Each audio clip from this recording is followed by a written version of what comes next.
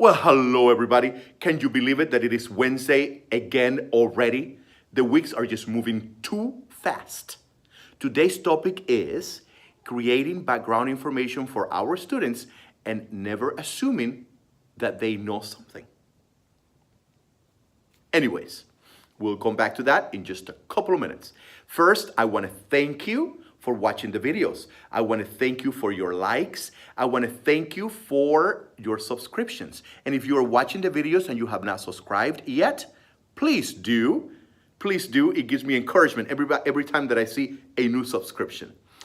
But even if you don't, I truly enjoy, just sitting down for a few minutes in the middle of the week on Wednesdays and reflecting about what is working well and what is not working so well. This is truly a great time for me, and I hope that you can also sit with me for a few minutes and just reflect on your practices as well, and together we can accomplish great things. So thank you very much.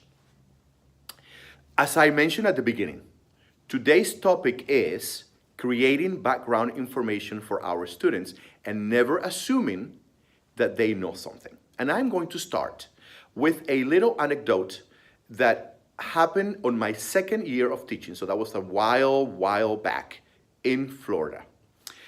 I was teaching a lesson on chromosomes and genes and where the genes were and where the chromosomes were and all this sort of thing. And there was this girl that honestly, I dreaded seeing her every day because she was so disruptive. And I felt that she sabotaged my lessons purposely. So I already had this preconceived idea about this student that I had, which, we should never have. But anyways, I did. And so I was teaching this lesson, and my question was, a very simple question: where are our genes? And this girl raised her hand and she goes, "They are in my closet." And I just looked at her and I said, I am so tired of you always trying, and I use this word with this 5th grade child, always sabotage my lessons, And, I just made a big deal about it, and I just continued the lesson. I just, I don't want you to say anything else. I'm tired. And before recess, she came to me and she said, "Teacher, I just want to let you know that that's where I keep my jeans. I keep them in the closet. So I don't know why you got so upset." And at that moment, I realized that truly this student did not know that I was talking about something that was inside ourselves. She truly thought that I was talking about blue jeans. I didn't apologize to her. I didn't. But I should have. I just said, "Oh, well, I was really, I thought that you were trying to, interrupt my lesson. But I didn't apologize." Anyways, that happened. And it taught me a lesson, and maybe I didn't see it as a lesson at that moment, but looking back, I have thought about this incident many times. She really didn't know. She didn't have the background information, and she had not maybe paid attention to what I had said throughout the lesson. And she really thought that I was talking about blue jeans, So we should always, when we work in an urban environment, when we have a lot of English learners or, where we have a lot of minorities, they're not exposed to a lot of things. I mean, I'm generalizing here, overgeneralizing. Many of them are, but many of them are not. And so we should always make sure that we are very explicit with pictures, with explanations, with questions, that we know for sure that they have the background information to understand the concepts that we are teaching. It is extremely important. And I have another little story from last year. I was teaching story arc. It was a writing lesson on story arc. And I showed them a video of a little mouse that comes out of his or her hole, and starts wandering around the house and sees a trap with a plump yellow piece of cheese. So the mouse starts going around that trap, and finally it gets caught, and here is the mouse dying. Then the mouse looks at the cheese and somehow gets that inner strength, and starts lifting that trap and starts just sort of like weightlifting until it escapes. And I wanted my students to create a story, where there is a progression to the climax, to the solution of the story. And they had a great time with that. But I remember going to this girl that was just sitting there not writing anything. Luckily, now I have a little bit more experience, so I did not say, "Why are you there not doing anything?" Or I did not approach it that way. So I said, how can I help you? Can I give you a couple of ideas? Because the prompt was, write a narrative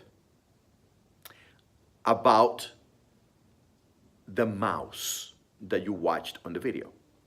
Well, I have been doing this for 2 days, so I had talked about the mouse, I had talked about this, I have talked about all of that. But I had not actually pointed at the mouse and said, "This is a mouse." So when I asked her, this is what she said to me.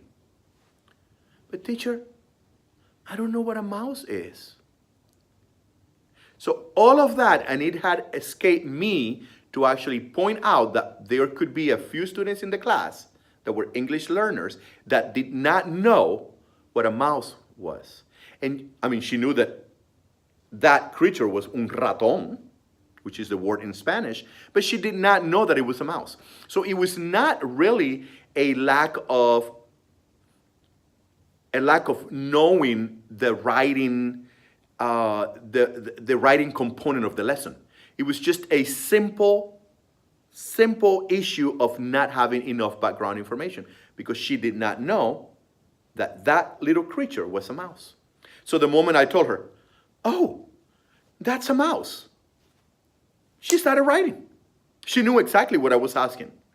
So we really, in our inner city schools, or in any school actually, we should be very, very, very careful about not assuming that students know even simple things. So we should study our lessons very, very in depth, and come up with, create PowerPoints, or, bring pictures or a little movie, whatever, but show them, create that background information that is needed for them to be successful with the skills or strategies that we're trying to teach. So they could be simple things, like in that case, was just a mouse. The other girl, she didn't know that I was talking about chromosomes. She just thought that it was the blue genes.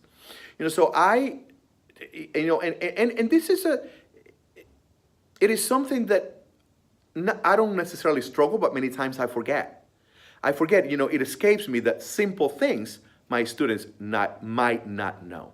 So I always try to keep in mind, let me do background information on this topic.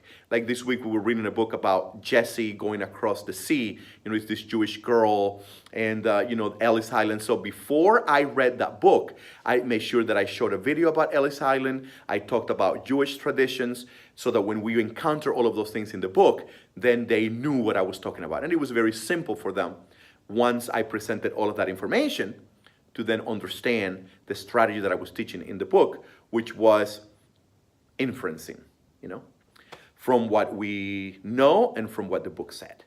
So I encourage you, teachers and even parents, right, to make sure that our kids, that our students have the background knowledge that they need to be successful with the lessons that we are teaching. And I also want to remind us not to assume, they might not know simple things that we take for granted. They might not know those things. So let's try to make our lessons exciting. Let's try to make our lessons informative. Let's try to make our lessons reachable, that students can actually understand what we are talking about. I hope that you have an amazing rest of the week. I cannot wait to see you again next Wednesday. And this Friday, I'm going on a field trip. Our grade level is going on a field trip, so we're pretty excited about that and a little bit nervous, as you know how field trips could be a little tricky, but we are excited about that. We're going to a state park. So have a wonderful rest of the week. I'll see you Wednesday and have an amazing evening. Bye-bye.